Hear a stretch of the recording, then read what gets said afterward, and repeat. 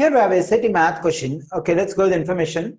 Radioactive decay is an exponential function where the amount Y of radioactive material is reduced by 1/2 over a certain period of time T.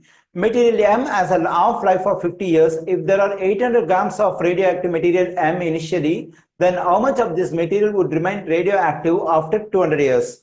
Okay, since we have half lifetime for the material M, we can use half-life decay formula, that is Y equals to A times 1 over 2 to the power of T over D. Okay, now let's understand the concept components of this exponential function. This Y represents the amount of the material after the time period T, and this A represents amount we have initially, and this D represents the half lifetime.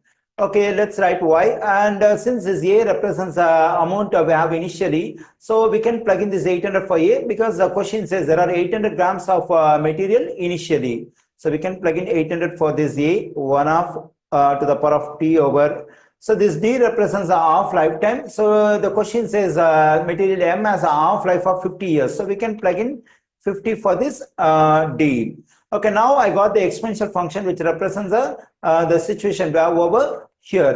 Okay, according to the question, we have to find how much the material would remain after 200 years.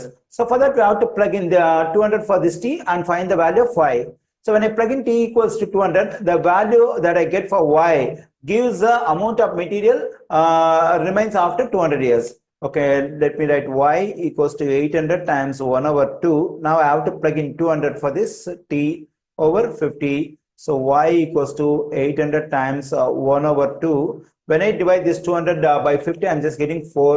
Then I'm getting Y equals to 800 times, since 4 is a common exponent for this fraction. So this exponent can be taken separately for numerator and denominator. Then I'm getting 1 to the 4th power divided by 2 to the 4th power.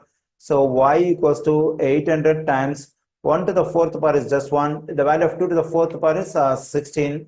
So 16 goes into 16 one time, 16 goes into 80 5 times, and we have 1 0 here.